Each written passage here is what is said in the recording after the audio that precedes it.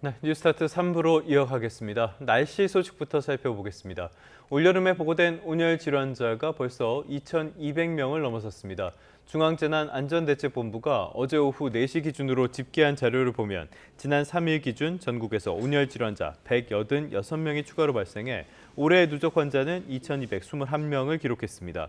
사망자는 전북 완주에서 길가에 쓰러진 채 발견돼 병원으로 이송되던 중 숨진 80대 남성과 텃밭에 쓰러졌다가 치료 중에 숨진 90대 여성 등 2명이 추가돼 19명으로 늘었습니다. 가축 폐사 피해는 하루 사이에 17,130여 마리가 늘어서 누적 55만 1,200여 마리로 집계됐고요. 양식 어류 피해 신고는 15만 9,900여 마리가 늘어서 36만여 마리로 기록됐습니다.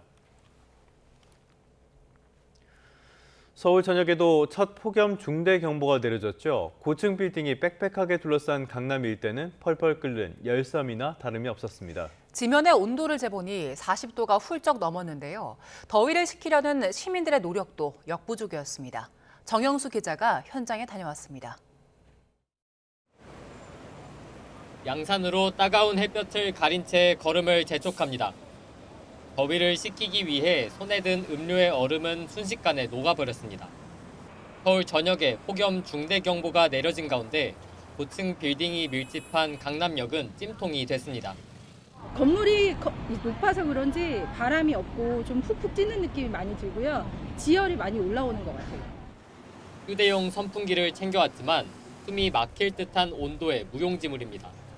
시원하게 쐬려고 들고 나온 거긴 한데 밖에 대기 자체가 뜨겁다 보니까 실내가 아니면 큰 의미가 없는 것 같습니다. 빽빽한 고층 빌딩이 바람길을 막아 열기가 쉽게 빠져나가지 못하는 데다 차량에서 뿜어져 나오는 뜨거운 배기가스까지 겹친 탓입니다. 가만히 서 있기만 해도 발밑에서 뜨거운 열기가 훅훅 올라옵니다. 지면 온도를 측정해보니 40도가 넘습니다. 극심한 더위에 평일 낮에도 청계천을 찾는 발길이 이어졌습니다. 신발을 벗고 흐르는 물에 발을 담가보지만 시원함은 잠시뿐입니다. 여기서 올라왔는데 진짜 엄청 덥더라고요. 사막 더위 같아요, 여기는. 뜨거운 열기가 모인 도심 속 시민들은 각자의 방식으로 폭염을 버티고 있습니다. YTN 정영수입니다. 이런 기록적인 폭염 속에 건설 현장에도 비상이 걸렸습니다. 건설사들은 현장 체감 온도를 실시간으로 확인해 작업 시간을 조정하면서 온열 질환과 안전사고를 예방하고 있습니다. 손효정 기자의 보도입니다. 뙤약볕이 내리쬐는 건설 현장. 숨이 턱 막히는 더위 속에 조금만 움직여도 온몸이 땀으로 젖습니다. 얼음물을 마시고 냉방기기 앞에서 더위를 식혀보지만 꺾일 기미 없는 폭염을 견디기는 쉽지 않습니다. 수도권과 전라도 일부 지역에 폭염 중대 경보가 내려진 가운데 야외 작업이 많은 건설 현장도 비상 대응을 강화했습니다.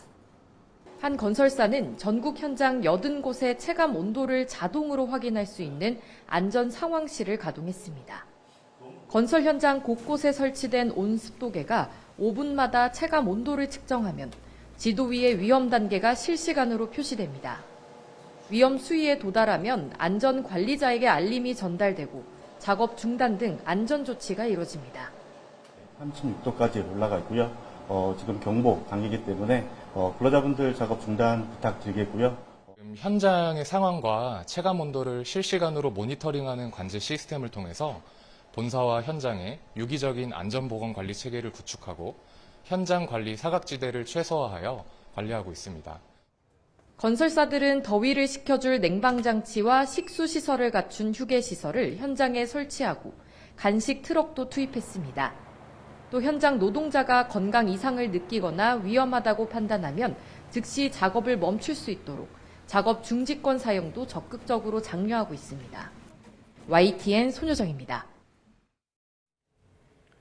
올여름은 열대야 최다 기록에 이어서 최고 기온까지 연일 역대 신기록을 갈아치우고 있습니다.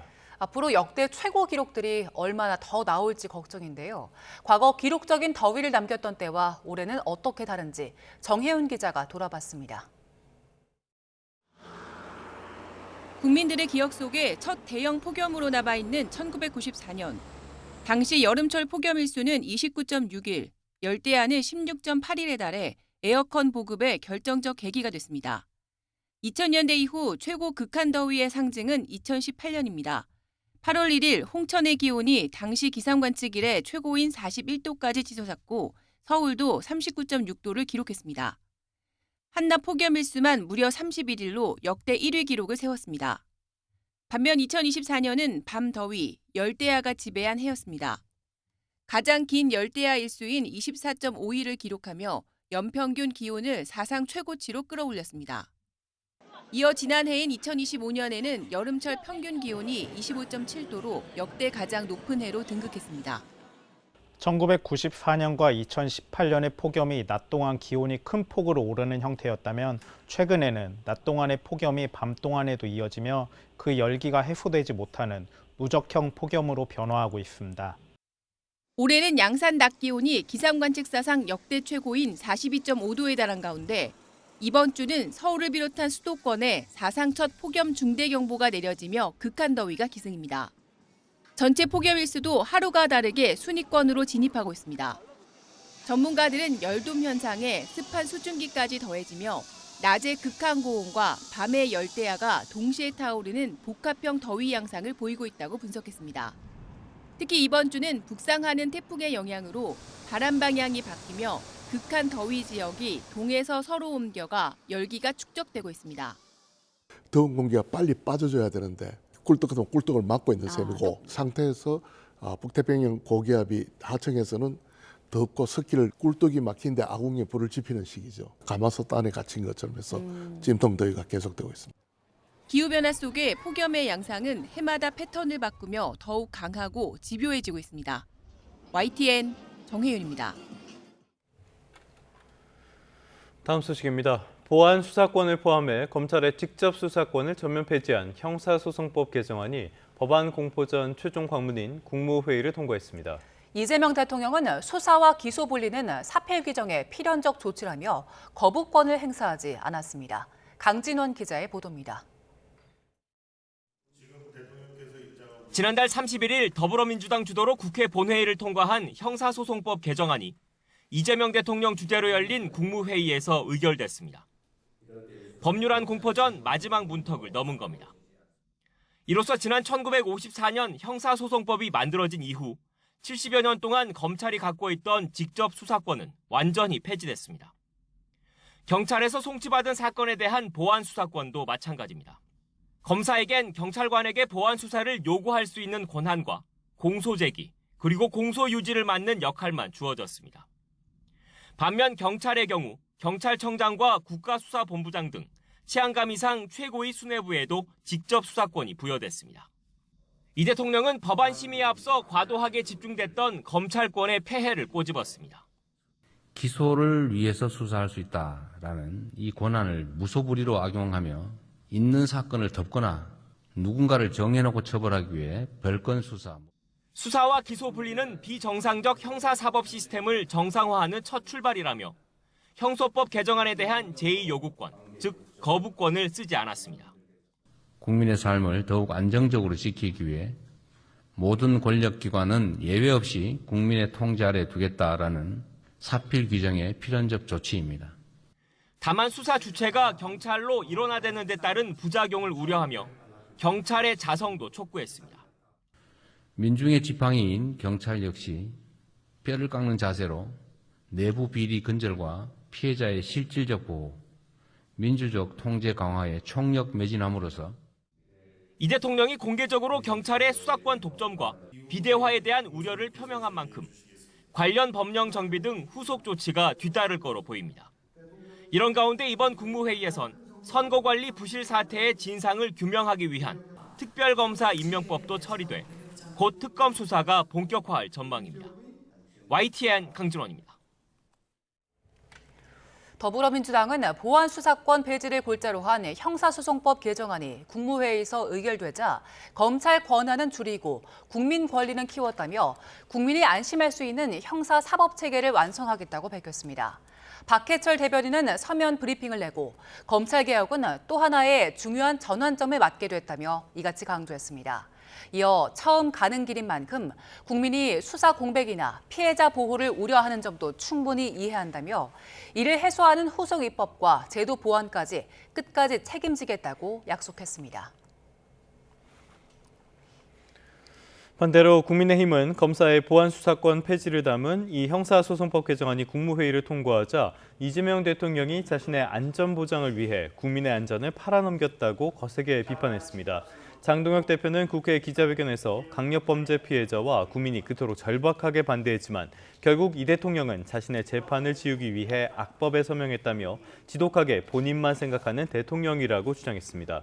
정점식 원내대표도 SNS를 통해 이 대통령은 본인의 퇴임 뒤 안전보장을 위해 국민의 안전을 팔아넘겼다고 주장했습니다. 이어서 이 대통령이 공소기각 사유 확대에 대해서 이런 반구의 언급도 없이 제2요구권을 포기한 건 본인의 공소기각과 민주당의 보안수사권 폐지를 맞교환하는 추악한 거래의 최종 승인이었음을 자백한 것이라고 지적했습니다. 검찰청 폐지로 오는 10월 출범하는 중대범죄수사청은 2,800여 명 규모로 부패와 경제 등 7대 중대범죄를 수사하게 됩니다. 행정안전부 중대범죄수사청 개청 준비단은 본청과 6개 지방청으로 구성하는 중대범죄수사청 직제안과 임용령을 마련해 입법 예고했습니다. 중수청 본청은 수사 지휘와 감독을, 지방청은 서울과 수원, 대전, 대구, 부산과 광주 등 6개 관할 지역에서 중대범죄사건 수사와 함께 검사가 요청하는 보완 수사를 진행하게 됩니다.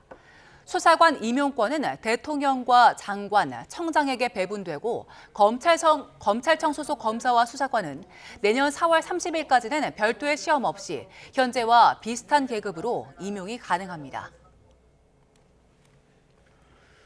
네, 이렇게 중대범죄수사청 윤곽은 드러났는데요. 중요한 건 앞으로 얼마나 많은 우수 인력을 채용할 수 있는지에 달려 있습니다. 전국 검찰청을 도는 임용 설명회가 시작되는데요. 신분이 수사관으로 통합되고 또 직급도 4급으로 떨어지다 보니 검찰 내부 반응은 엇갈립니다. 우종훈 기자의 보도입니다. 중대범죄수사청 조직 윤곽과 함께 초기 검찰 인력 확보를 위해 필수인 직급 등 내용이 공개됐습니다. 핵심은 기존 검사 명칭을 없애고 수사관 단일 체계로 일원화하는 겁니다. 10년 미만 검사는 4급, 10년 이상은 3급, 지검장급은 1급으로 즉시 채용하는 직급 한시 적용 카드도 내놨습니다. 또 봉급과 정년은 종전 수준을 유지하고 보수는 중수청 임용 전후를 비교해 더 유리한 금액을 지급하도록 했습니다. 우수 인력 유치를 위한 일종의 당근인 셈인데 검찰 내부 반응은 갈립니다. 초임 검사가 3급 상당의 대우를 받는 점을 고려할 때 사실상 직급이 하향 조정되는 셈이며 보수와 직결된 수당 역시 전처럼 받기는 힘들 거란 겁니다. 더욱이 수사관 단일 체계에서 조직 내 어떤 역할을 맡을지도 여전히 물음표입니다. 한 검사 출신 변호사는 중수청에 가려는 검사들도 오래 남기보단 수사 경력을 쌓아 로펌 등으로 이직하길 희망하는 경우가 많다고 말했습니다. 당장 오늘부터 중수청 준비단은 전국 검찰청을 돌며 임용 설명회를 진행합니다. 사실상 직급 하향과 모호한 역할로 얼마나 많은 검사가 응할지는 여전히 안개 속입니다. 다만 검찰 내부에선 수사권이 완전 폐지된 만큼 일단 설명회를 지켜보자는 기류도 읽힙니다. 설명회를 통해 우수한 인력을 채용하느냐가 오는 10월 중수청이 정상적 수사기관으로 출범하는 데 핵심 변수가 될 전망입니다. YTN 우종훈입니다.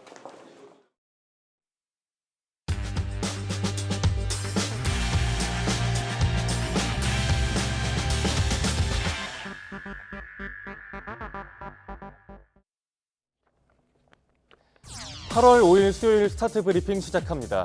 먼저 볼 경향신문 기사는 방재 안전 공무원 이야기인데요. 일상화된 기후재난 속 인력난과 경무에 신음하고 있습니다. 폭우와 폭염 등 재난이 일상화되면서 이들은 거의 24시간 비상대기 상태를 유지해야 합니다. 재난 현장 최일선에서 뛰는 방재 안전직 공무원은 약 1,100명인데요. 전체 정원의 절반에도 못 미치는 숫자입니다. 인력난이 심각한 이유, 재난관리 업무가 기피 대상이기 때문입니다. 쉴 새 없는 현장 점검에 내근 업무까지 주말과 휴일도 반납하고 일하는데 처우는 열악한 편입니다. 7급에서 9급 실무자급이 많고요. 6급 이상 승진 기회도 제한적입니다. 이 때문에 중도 퇴직하는 직원도 늘고 있습니다. 지방정부는 예산 부족 등을 이유로 방재안전직 업무 여건 개선에 소극적인데요. 행정안전부는 인력 충원과 처우 개선에 나서는 지방정부에 평가 가점을 주겠다는 방침입니다. 다음 기사는 올여름 폭염에도 전력난은 없을 거란 내용인데요. 비결이 뭔지 서울신문이 정리했습니다. 역대급 더위에 냉방 수요가 확 늘면서 전력 사용량은 역대 최고 수준입니다. 그래도 전력 예비율은 14에서 17% 수준으로 유지되고 있는데 10% 이상이면 안정적인 편이니까 올해는 꽤 여유 있는 편입니다. 먼저 2011년 벌어진 블랙아웃 사태의 교훈으로 민간 발전사들의 설비 용량이 늘어난 게 배경입니다. 또 에어컨 등 가전제품이 에너지 절약형으로 진화한 것도 영향을 미쳤고요. 태양광을 필두로 한 재생에너지 보급도 한몫했습니다. 다만 앞으로 AI 데이터 센터 확충에 따라 전력 수요 폭증이 불가피한데 재생에너지의 불안정성과 변동성 관리가 안정적 전력 수급의 관건으로 꼽힙니다. 다음은 증권사의 낙관 일색 리포트에 독박 쓰는 건 개미들이란 한국일보 기사입니다. 리포트에 악재는 실종되고 장밋빛 전망만 쏟아진다는 비판을 담았습니다.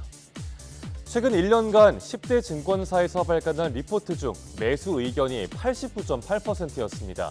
중립은 10.1%였고요. 매도 의견은 단 0.1%에 불과했습니다. 대표적인 종목이 SK하이닉스와 삼성바이오로직스입니다. 증권사에선 목표 주가를 높이면서 낙관료를 내놨지만 주가는 엇박자를 냈습니다. 신문은 증시 리포트가 실시간 중계로 전락한 배경에 증권사와 기업 간의 이해관계가 있다고 지적했습니다.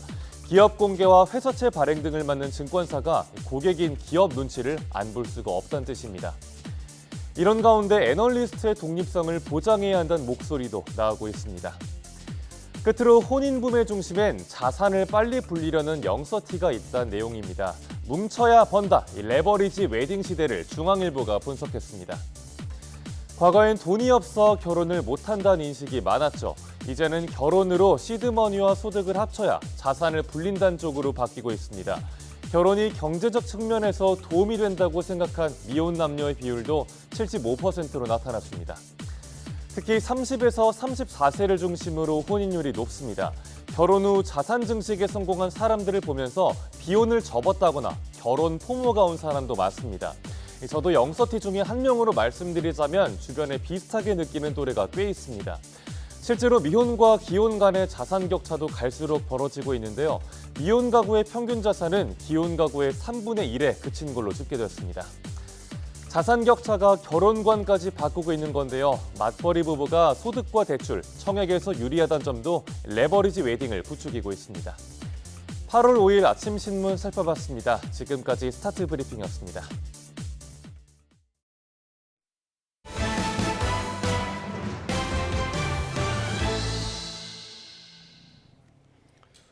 네, 이번엔 중동 소식 살펴보겠습니다.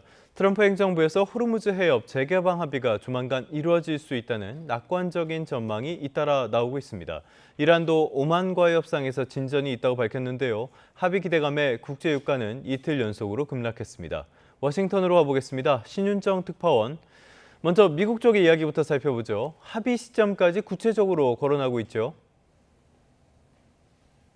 네, 마코 루비오 미 국무장관은 오만과 이란이 호르무즈 해협 선박 통항 문제를 두고 협상하고 있고 여기에 미국도 관여하고 있다고 밝혔습니다. 그러면서 협상에 진전은 있었지만 아직 최종 합의에는 이르지 않았다며 조만간 합의가 이루어지길 기대한다고 말했습니다. 발언 직접 들어보시죠. And suffice it to say there's been progress made in those talks, but not finality yet. We're hoping that will happen very shortly. Okay? 루비오 장관은 이란 비핵화가 궁극적인 목표라면서도 당장 관심이 집중된 사안은 호르무즈 해협이라고 설명했습니다. 이란 핵 문제까지 한꺼번에 풀기보다는 국제 유가와 세계 공급망에 직접 영향을 미치는 해협 통항부터 정상화하겠다는 의미로 보입니다. 스콧 베센트 미 재무장관은 한 발 더 나아가 오늘이나 내일 합의가 이루어질 가능성이 있다고 전망했습니다. 베센트 장관은 미 CNBC 방송에 출연해서 해협을 개방하고 이번 분쟁을 보다 정상적인 국면으로 돌리는 합의가 오늘이나 내일 가능할 걸로 생각한다고 말했습니다. 트럼프 미 대통령도 전날 호르무즈 해협을 내일까지 개방하는 방안이 1단계로 논의되고 있다고 전했는데 비슷한 취지로 읽힙니다. 다만 베센트 장관은 이란의 통행료 부과 가능성에 대해서 명확히 답하지 않고 자유로운 통항이 이루어질 것으로 본다고만 답했습니다. 네, 이란 쪽의 반응도 중요한데요. 협상 진전을 인정하긴 했는데 미국과는 설명이 상당히 다르네요. 네, 이란은 미국과의 직접 협상에는 선을 그으면서 해협 연안국인 오만과 호르무즈 해협 통항 문제를 논의하고 있다고 주장하고 있습니다. 에스마일 바가이 이란 외무부 대변인은 기술적, 정치적 차원에서 모두 긍정적인 성과를 내고 있다고 밝혔는데요. 이어 선박들을 위한 안전한 항로를 획정하는 데 초점을 맞추고 있다고 설명했습니다. 로이터 통신은 이란이 해협으로 들어오는 선박에는 통제권을, 빠져나가는 선박에는 감시 권한을 요구하고 있다고 전했습니다. 트럼프 미 대통령이 강하게 반대하는 통행료 역시 서비스 이용료처럼 명칭만 바꿔 부과될 가능성도 거론됩니다. 결국 양측 모두 협상 진전을 강조하고 있지만 해협 주도권 등 간극은 여전한 것으로 해석됩니다. 카타르 등 중재국들은 현재 미국과 이란 사이에서 이견을 좁히고 있다고 밝혔습니다. 네, 호르무즈 해협을 둘러싼 긴장과 불확실성, 이 부분은 별로 개선된 것 같지가 않습니다. 여전하지요? 네, 그렇습니다. 영국 해사무역기구는 이날 오만 해안 인근 호르무즈 해협을 지나던 화물선 한 척이 정체불명의 발사체에 맞았다고 밝혔습니다. 선박은 피해를 입었고 선원들은 배를 버리고 대피한 것으로 전해졌습니다. 사우디아라비아에 대한 해상 봉쇄를 선언한 친이란 성향의 예멘 후티 반군은 무인기를 이용해 사우디아라비아의 나지란 공항을 공격했다고 주장하고 나섰습니다. 예멘 인근 홍해에서 인도 국적 상선이 무인정과 발사체 공격을 받고 침몰한 사건도 발생했는데 배후로 후티 반군이 유력하게 지목되고 있습니다. 이처럼 해상 상황이 불안정한 만큼 합의가 발표되더라도 실제 운항 정상화까지는 시간이 필요할 거란 전망도 나오고 있습니다. 다만 시장은 일단 협상 가능성에 더 크게 반응했습니다. 국제유가 기준물인 브렌트유는 전장 대비 5.3% 하락했고 미국 서부 텍사스산 원유는 5.7% 하락하며 전날에 이어 이틀 연속 급락세를 이어갔습니다. 지금까지 워싱턴에서 YTN 신윤정입니다. 네, 이런 협상 기대감에 뉴욕 증시가 일제히 상승했습니다. 다우와 S&P 500은 사상 최고치 기록을 새로 썼습니다. 뉴욕 연결해서 자세한 소식 알아보겠습니다. 이승윤 특파원, 뉴욕 증시 마감 상황부터 정리해보죠. 네, 뉴욕 증권거래소에서 우량주 30개로 구성된 다우존스 30 산업평균 지수는 전장보다 1.71% 상승한 54,085.88을 기록했습니다. 대형주 위주의 스탠다드앤푸어스 500 지수는 1.79% 오른 7,736.52, 기술주 중심의 나스닥 종합 지수는 2.59% 상승한 26,584.99를 가리켰습니다. 다우존스 지수와 S&P 500 지수는 사상 최고치를 오늘 경신했습니다. 미국과 이란이 호르무즈 해협 개방을 위한 합의에 나설 것이라는 기대감과 미국 기업들의 실적 호조가 투자 심리를 북돋운 것으로 풀이됩니다.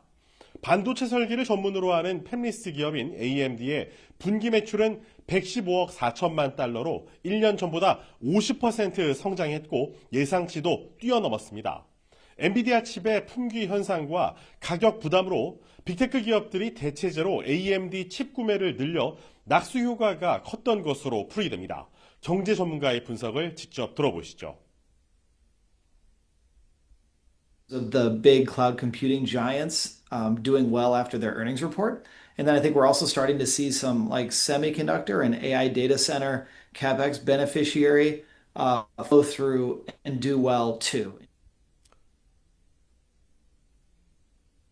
일론 머스크의 우주기업인 스페이스X는 상장 이후 첫 분기 실적 발표에서 매출이 78억 달러로 1년 전보다 92% 급증했고 예상치도 뛰어넘었습니다. 네, 우리 메모리 반도체 시장에 대한 전망도 있었는데요. 어떤 내용이었습니까? 프랑스 시장조사 업체인 욜그룹의 조지핀 라우 분석가인데요. 미국 캘리포니아주 행사에서 한국이 오는 2031년까지 메모리 최강 지위를 유지할 것이라는 전망을 내놨습니다. 한국 정부가 5년 내에 웨이퍼 생산량을 갑절로 늘리겠다는 계획을 수립했고 삼성전자와 SK하이닉스도 적극적으로 투자를 전개하고 있다는 점을 그 근거로 제시했습니다. 월가 금융회사들도 SK하이닉스 미국 주식 예탁 증서 ADR에 대한 기업 분석을 게시하고 매수 혹은 비중 확대 투자 의견을 제시하고 나섰습니다. 뱅크 오브 아메리카 등은 미국 기업들의 견조한 주문, 고급 메모리칩 시장에서의 선두적인 위치, AI 인프라 투자 확대가 지속돼 슈퍼사이클 수준의 실적이 기대돼 SK하이닉스가 저평가돼 있다고 분석했습니다. 이런 호재에 힘입어 SK하이닉스 ADR은 전장보다 8.17% 급등하며 거래를 마감했습니다. 이에 질세라 삼성전자는 AI 반도체의 성능과 전력 효율 한계 돌파를 위해 AI 칩 상단의 메모리를 수직으로 쌓는 차세대 3차원 아키텍처를 공개했습니다. 삼성은 가속기와 이 메모리 간의 데이터 이동 거리를 최소화해 데이터 병목 현상을 해결하고 대역폭 전력 효율도 극대화할 수 있다고 설명했습니다. 또 HBM의 차세대 제품인 HBM5와 비교해도 GPU당 성능이 최대 8배 향상되고 전력 대비 성능도 최대 3배 개선되면서 열 저항 수치가 10에서 25%로 낮아져 발열을 절반 이상 줄일 수 있다고 소개했습니다. 지금까지 뉴욕에서 YTN 이승윤입니다. 미국과 일본 정부가 엔화 약세에 공동으로 개입한 가운데 베선트 재무장관이 한국 원화도 과도한 변동성을 보였다고 언급했습니다. 엔화 약세가 아시아 전반의 통화 불안을 촉발할 수 있다는 건데요. 미국의 개입이 원화 가치 회복에도 영향을 미칠지 관심입니다. 워싱턴에서 홍상희 특파원입니다. 지난달 31일 캠프 데이비드 내각회의에 참석한 스콧 베선트 미 재무장관의 메모입니다. 일본엔 50억에서 100억 달러 매입이라고 적혀 있습니다. 같은 날 미국과 일본은 급락하는 엔화 약세에 대응하기 위해 외환 시장 공동 개입에 나섰습니다. 지난 1998년 아시아 외환 위기 여파로 미 당국이 일본은행과 함께 엔화를 매입한 이후 28년 만에 미국과 일본이 함께 엔화 매수에 나선 겁니다. Because we have a good relationship with Japan. We're very strong. You know, they have a weakening yen, and they wanted a little bit of help, and we're always there for Japan. 미 국채 금리 상승을 막기 위해 엔화 방어에 동참했다는 분석이 우세한 가운데 베선트 재무장관은 엔화가 계속해서 약세를 보일 경우 다른 통화들도 그 뒤를 따라갈 거라고 지적했습니다. 그러면서 미국은 한국 원화의 과도한 변동성도 목격해왔다며 중국 위안화가 저평가됐다고 믿는 사람도 많다고 밝혔습니다. 엔화 약세가 지속될 경우 한국 원화와 위안화 등 아시아 통화 가치에 연쇄적인 악영향을 미칠 수 있다는 우려로 풀이됩니다. 또 원활한 대미 투자를 위해 원화 역시 엔화와 마찬가지로 안정적인 흐름이 필요하다는 미국의 인식을 드러낸 것으로 보입니다. 미 재무장관이 이례적으로 한국 원화의 변동성까지 언급하면서 미국이 아시아 통화 시장에 더 적극적으로 관여할 거라는 전망이 나오고 있습니다. 베선트 장관의 발언 이후 원달러 환율은 1,420원대로 하락세를 보였습니다. 미국이 엔화 부양을 위한 추가 개입 가능성을 시사한 가운데 원화 안정에도 영향을 미칠지 관심입니다. 워싱턴에서 YTN 홍상입니다.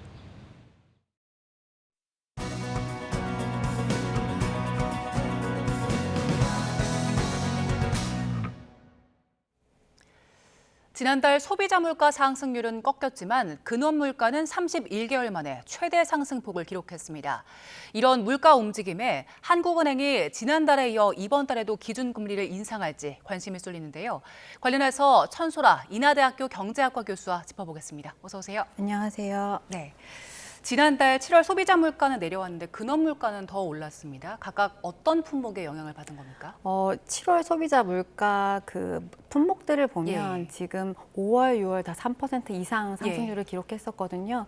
지금 2.8%로 떨어졌는데 그 품목들 중에서 가장 기여도가 컸던 것이 바로 석유류 제품의 가격 하락세였습니다. 그러니까 상승세가 둔화된 거죠. 그래서 가장 근본적인 원인이 그 국제 유가가 그동안 이제 전쟁 이후 이후로 굉장히 불확실성이 컸었지만 7월에 생각을 해보면 약 $80 내외로 좀 그 안에서 움직이는 패턴들을 보였거든요. 예. 그리고 여기에 더해서 어떤 지금 3월부터 정부에서 뭐 석유 최고 가격제라든지 이제 유류세 인하라든지 여러 가지 이제 정부 정책들도 시행이 됐죠. 그래서 정부에서 추산하기로는 약 0.3%포인트 정도 이것들을 물가 상승세의 하락에 기여했다 이렇게 얘기를 하고 있고요. 지금 또 다른 품목으로는 이제 농산물도 좀 둔화가 예. 됐는데 이제 상승세 둔화에 이제 농산물이 들어간 것은 여러 가지 농산물 자체는 사실은 뭐 기상 여건이라든지 작황 상황 이런 것에 영향을 받을 수가 있지만 이제 좀 전쟁 이후로 여러 가지 이제 민생 대책의 일환이라든지 뭐 대형마트 할인 행사 이런 것들로 인해서 이제 농산물과 석유류 이런 것들의 가격이 꺾이면서 예. 2.8%를 기록했다 이렇게 볼 수 있을 것 같습니다. 예, 근원 물가 같은 경우에는 31개월, 2년 7개월 만에 가장 큰 상승폭을 보였는데 어떤 영향이 컸던 겁니까? 근원 물가라고 하면 제가 예. 앞서 말씀드린 이제 석유류라든지 이제 농산물을 제외한 이제 이 수치라고 생각할 수가 있겠는데요. 이제 OECD 기준으로 많이 쓰는 이제 근원 물가 지표가 이제 식료품 및 에너지 가격 제외 지표라고 해서 이제 우리가 기조적 물가 흐름을 볼 수 있다 이렇게 얘기를 하거든요. 예. 이제 식료품 안에서는 사실 뭐 농산물, 축산물도 들어가지만 여기에 이제 다른 장품들도 들어가겠죠. 이제 이런 것들이 사실은 전체 이제 우리가 물가 흐름을 판단함에 있어서 이제 농산물이라던가 석유류 같은 경우에는 외부 요인에 의해서 영향을 받을 수가 있고 이제 말씀드린 것처럼 어떤 우리가 컨트롤할 수 없는 외부 상황, 어떤 전쟁이라든지 기상 여건이라든지 이런 변동성이 큰 품목이기 때문에 이를 제하고 보면 우리가 이번에도 사실은 2.5% 중반대를 예. 기록하면서 전월보다 0.1%포인트 상승을 했거든요. 그래서 이런 것들에 우리가 생각을 해봤을 때 소비자 물가 자체는 이제 3%에서 8%로 낮아졌지만 이제 근원 물가는 오히려 좀 상승세를 이어가는 예. 흐름이다 이렇게 볼 수가 있을 것 같아요. 그래서 아까 근원 물가에서는 변동성이 큰 품목을 제외했다고 말씀드렸는데 네. 여기서 이제 기본적으로 우리가 생각해 볼 수 있는 물가 품목들은 내구재, 상품 물가라든지 그 다음에 이제 우리가 생각해 볼 수 있는 서비스 물가 같은 것들이거든요. 이제 서비스 물가 같은 경우에는 이제 좀 사람들이 정말 수요에 영향을 받을 수가 있고 예. 그리고 상품 물가도 이제 우리가 유류 가격들 외에도 여러 가지 이제 그동안에 비용 상승에 이어졌던 부분들이 전가되는 흐름들도 이제 우리가 생각해 볼 수가 있겠고요. 여기에 더해서 이제 반도체 가격들도 상승하면서 예. 뭐 PC라든지 휴대용 멀티미디어 기기들도 같이 상승하는 모습들 그리고 최근에 이제 또 휴가철이기 때문에 네. 여행 수요도 이제 증가했거든요. 그래서 단체 여행비, 뭐 국제 항공료 이런 것들도 모두 오르고 있는 상황이다. 이렇게 볼 수 있을 것 같습니다. 네, 근원 물가에 대해서 기조적 물가라고 설명을 주셨는데 이제 한은에서는 그 금리 결정할 때 이 근원 물가 더 중요하게 보잖아요. 그건 왜 그런 겁니까? 아무래도 이제 한국은행이 어떠한 경로로 금리가 물가 안정에 기여하는가를 생각해 보면 될 것 같아요. 그래서 물가라는 것이 아까 말씀드린 것처럼 다양한 품목들로 구성이 되어 있는데 이제 금리를 올리게 되면 사실은 아까 말씀드린 뭐 국제 유가 자체를 예. 떨어뜨릴 수는 없는 거잖아요. 그러니까 수요를 떨어뜨리면서 이제 물가 상승세를 둔화를 시키는데 물가 안정에 기여하는 측면이 있는데 이제 금리 인상이 되면 뭐 여러 가지 수요 측에 의해서 발생할 수 있는 소비라든지 어떤 투자라든지 이런 여력들이 좀 둔화가 되면서 이제 그로 인한 수요 측 압력에 물가 상승세가 둔화되는 거죠. 그래서 말씀드린 것처럼 지금의 물가 상승세가 공급 측 요인, 뭐 물가가 뭐 유가에 상승했다든지 뭐 기상 여건의 악화에 폭염으로 인해서 뭐 배추 가격이 급등해서 상승했다든지 예. 이런 요인들은 사실은 금리 정책으로 우리가 어떻게 할 수 없는 부분이고 우리가 금리가 잘 작동해서 시장이 물가 안정에 기여하는가를 보려면 아무래도 그런 것들을 좀 제외한 나머지 물가를 보는 즉 근원 물가를 보는 것이 좀 더 바람직하다라고 할 수 있을 것 같습니다. 네, 그러니까 큰 흐름에서 물가는 아직 오름세가 이어지고 있는 걸로 보고 있고 또 여기에 우리 성장세에도 주목을 한 것 같은데 실제 그 한은이 예상했던 것보다 GDP 성장률이 더 높게 나왔잖아요. 그래서 한은 쪽에서는 기준금리 인상 필요성 커지고 있고 부담 좀 줄고 있다고 보는 것 같은데 그러면 이번 달에도 금리를 인상할 가능성이 높은 겁니까? 지금 우리가 지표를 판단할 때 말씀하신 것처럼 금리를 우리가 방향을 결정하는 가장 큰 변수가 성장과 이제 물가라고 할 수가 있는 거죠. 예.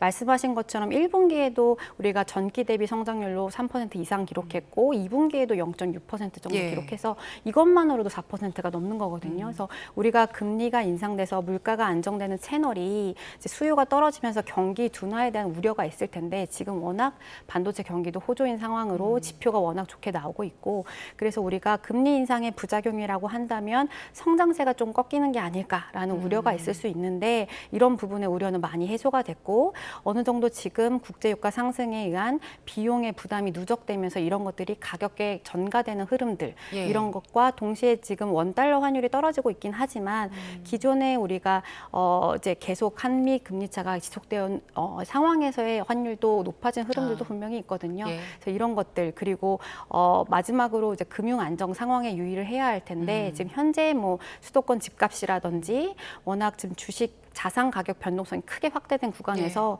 어떤 이제 금리 인상의 필요성에 대해서 이제 한 번으로는 부족할 수 있다라고 의사록에 이제 밝힌 바가 있고요.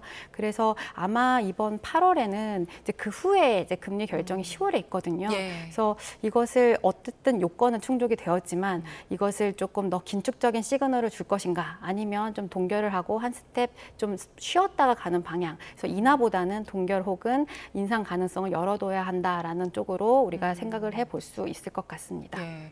최근에 가계대출이 많이 늘었잖아요. 뭐 주담대도 그렇고 비투하는 분들도 많아져서 지금 상황에서 금리 2번 연속 올리면 이거 상당히 부담될 것이다. 그리고 기업들에게도 부담된다는 시각도 많던데 이 부분은 어떻습니까? 네, 그 어느 정도 일정 부분 저도 동의를 하고요. 이제 금리 인상을 했을 때 이것이 사실은 어떤 특정 계층을 타겟하는 것보다는 무차별적으로 모든 경제 주체들이 부담해야 되는 비용이 되는 거죠. 그래서 지금 우리가 여러 가지 말씀하신 것처럼 물가 안정세를 위해서 금리를 인상하게 되면 어떤 내수를 좀 둔화시키면서 물가 안정에 기여하는 분명히 긍정적인 요인도 있지만 말씀하신 것처럼 지금 현재 뭐 비투라든지 가계 대출에 우리가 영끌이라고 얘기하는 주담대 상환 이런 것들도 어려움에 직면할 수가 있고요. 그래서 취약 차주들 이런 것들이 더 이제 좀 한계 상황으로 내몰릴 수 있고 우리가 흔히 이제 좀비 기업이라고 불리우는데 좀 한계 기업들이 좀 굉장히 어려운 상황 그리고 자영업자들도 이제 좀 수요가 충분하지 않다면 어려운 상황으로 이어질 수가 있겠죠. 그래서 이제 이러한 리스크가 있고 그리고 장점이 있을 텐데 어느 것이 더 사회에 비용이 큰가라는 것을 우리가 고려하면서 아마 금리 결정이 이루어질 거다 이렇게 추측해 볼 수 있을 것 같습니다. 네, 27일에 금통이 열리기 때문에 어떤 결정 나올지 지켜봐야 될 것 같고요. 증시 이야기 좀 해보겠습니다. 블룸버그에서 우리나라를 투자 불가, 투자 부적격 국가로 분류하는 칼럼을 썼더라고요. 이거 변동성 때문이라면서요? 네, 그 정확한 워딩은 이제 uninvestable이라고 얘기를 하는데, 그러니까 지금 한국 증시의 뭐 펀더멘털을 지적했다기보다 지금 과도한 주식의 변동성이 확대, 그리고 또 하나 이제 지목한 요인 중에 하나가 정책의 일관성과 신뢰성 문제도 얘기를 했거든요. 그래서 지금 이런 물론 이제 우리가 전체 한국 증시 흐름에서 SK하이닉스나 삼성전자가 굉장히 전반적으로 많은 이제 주도의 흐름을 이어가고 있는 건 맞지만 여기에 조금 더 보탬이 됐던 게 단일 종목 레버리지 상품들이었던 거죠. 그래서 이런 것들을 허용했던 뭐 정부의 정책이라든지 또 하나 이제 언급했던 것이 이제 국민연금이었던 건데 이것들이 이제 어떤 회의의 결정이 있었는지 사실은 이제 모든 개개인들은 알 수는 없는 거죠. 하지만 이제 우리가 관측할 수 있는 현상을 봤을 때 어떤 이제 목표의 배율을 상향해서 그것을 유지한다던가 시장이 과열됐을 때 어느 정도 이것들을 좀 이제 매도하면서 시장을 안정화하는 기여하는 역할들을 충분히 했었어에도 불구하고 이러한 여러 가지가 한국 증시 상황, 한국의 어떤 주식에 이제 우리가 투자를 우리가 할지 말지를 고민할 때 신뢰성에 좀 훼손이 있을 수가 있다 이런 부분을 지적한 부분인 거죠. 그래서 이것들이 이제 우리나라에만의 문제인가라고 얘기했을 때 우리가 이제 일본인가 홍콩과 비교해 보면 예. 사실 굉장히 우리가 사이드카라는 얘기를 굉장히 많이 들었잖아요. 그래서 고점 이후로도 그렇지만 올해 우리가 뭐 매수 사이드카 이런 것들이 거의 뭐 30번 이상 네. 계속 발동이 됐고요. 이런 것들은 사실 전 세계에도 거의 없는 예. 상황인 거죠. 그래서 이런 부분들이 한국 증시의 굉장히 매력을 떨어뜨리고 있다라고 지적했다라고 이제 볼 수가 있을 것 같습니다. 네, 정말 유례없는 상황들이 계속해서 발생을 했었는데 일단 정부 정책에 대한 비판이 있었고요. 우리 금융위에서는 이거 우리 그럴 우려 전혀 없다. 실적 괜찮고 펀더멘털 좋기 때문에 괜찮다라고 반박을 하고 있는데 교수님 생각은 어떠세요? 이제 금융위 보도 자료나 이제 반박 근거를 보면 모두 다 이제 동의하는 부분들도 네. 있는 거죠. 지금 현재의 어떤 주가 변동성이 펀더멘털과 관련이 있는가라고 보면 사실 그렇진 않거든요. 굉장히 하루는 올랐다가 하루는 떨어졌다가 이제 굉장히 AI 기업들이라든지 반도체 실적을 보면 또 계속 양호한 흐름세를 이어가고 있는 거죠. 그래서 그런 부분들은 어느 정도 경제 펀더멘털과 관련 없는 변동성에 기여하는 부분들도 있고 두 번째로 그 정부에서 언급했던 것이 뭐 기업 경쟁력이라든지 단일 종목 레버리지 상품들에 대한 규제들도 우리가 좀 했기 때문에 좀 지켜봐야 한다 이런 얘기를 하고 있거든요. 그래서 지금 정부가 내놓은 입장은 우리가 사실은 지적했던 부분은 정책의 일관성과 신뢰성 그리고 이 상품에 대한 어떤 출시 배경이라든지 국민연금의 어떤 목표 이런 배율 이런 거에 문제를 지적을 했는데 금융위가 내놓은 답변은 펀더멘털과 관련된 부분인 거죠. 그래서 정확하게 좀 해명을 했다라고 보기는 어려울 것 같습니다. 예, 정부 정책에 대한 지적에 대해서는 답변을 내놓지 않은 상황인데 그 정부에서는 금융위에서는 그 단일 종목 레버리지 ETF 기본 예탁금 올리면서 어느 정도 효과가 있다고 보는 것 같던데 블룸버그에서는 이거 상품 자체 중단시키지 않는 이상 부작용 계속될 것이다 이렇게 보더라고요. 이건 어떻게 보세요?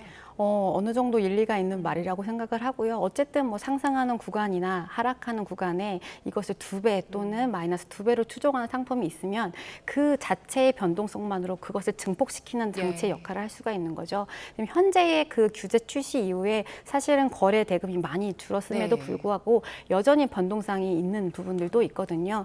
그렇기 때문에 이것이 상품에 어떤 우리가 왜 이것을 도입했는지의 여부 그리고 이것들을 우리가 왜 유지해야 되는지 그리고 지금 피해를 보는 계층들을 살펴보면 개인에 집중되어 있고 그중에서 상당 부분이 청년층에 집중이 되어 있거든요.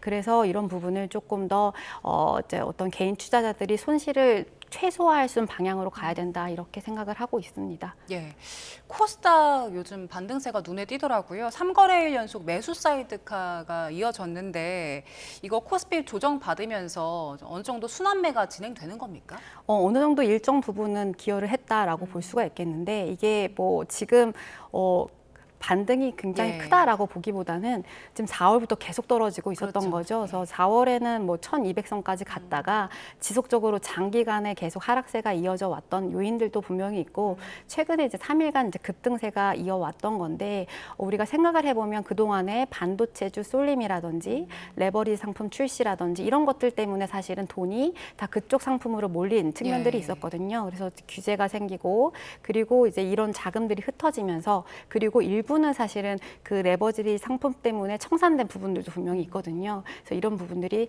돈의 흐름이 조금 이동하는 부분들도 있고 이러한 돈들이 뭐 바이오라든지 뭐 로봇이라든지 성장주에 조금 우리가 몰렸다 이렇게 보시면 될 것 같습니다. 네, 그리고 잠시 뒤 열리는 시장에서는 또 코스닥 어떻게 움직일지 좀 봐야겠네요. 자, 지금까지 천소라 인하대학교 경제학과 교수와 함께했습니다. 고맙습니다. 감사합니다.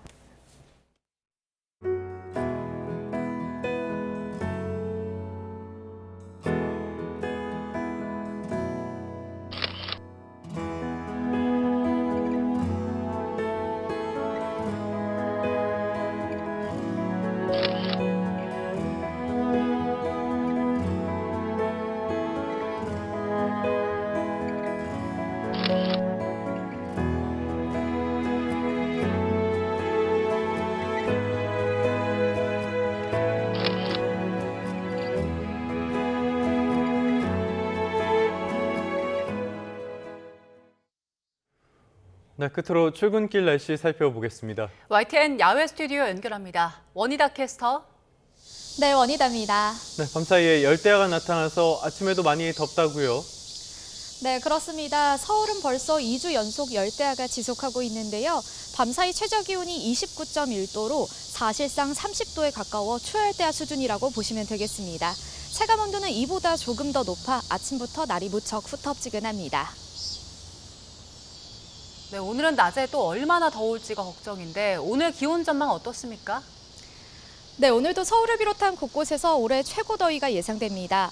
어제 서울 낮 기온이 36.9도를 기록했는데 오늘은 38도까지 치솟아 어제보다 더 덥겠습니다. 현재 전국 대부분 지역에 폭염경보가 발효 중입니다. 폭염특보 최상위 단계인 중대경보는 수도권 더 많은 지역으로 확대하고 있는 추세인데요. 오늘 서울을 비롯한 수도권 일부와 호남 곳곳에 건강한 사람도 위험할 정도의 극단적인 더위가 이어지겠습니다. 오전 8시를 향해 가는 지금 현재 서울 기온은 29.3도, 광주와 부산 28도를 웃돌고 있고요. 한낮에는 서울과 전주 38도, 안산 39도까지 크게 치솟겠습니다. 오늘 서울을 비롯한 서쪽 지방 곳곳에서는 대기 불안정이 심해지면서 한때 5에서 40mm의 소나기가 지나겠습니다. 또 제주 산간에는 내일 오전까지 산발적인 비가 조금 내리겠습니다. 남은 한 주간 내륙은 맑은 가운데 가마솥 더위가 기승을 부리겠고요. 이번 주말에는 동해안과 제주도 곳곳에 비가 내릴 전망입니다. 오늘도 낮 동안에는 전국적으로 자외선이 매우 강하겠고 서쪽 지방을 중심으로 오존 농도도 짙게 나타나겠습니다. 숨막히는 더위에 온열 질환 위험도 큰 만큼 한낮 야외 활동을 자제하는 게 건강을 지키는 최선의 방법입니다. 지금까지 YTN 원희다입니다. 네, 8월 5일 YTN 뉴스타트 모두 마치겠습니다. 잠시 뒤에 뉴스업이 이어집니다. 시청해주신 여러분 고맙습니다.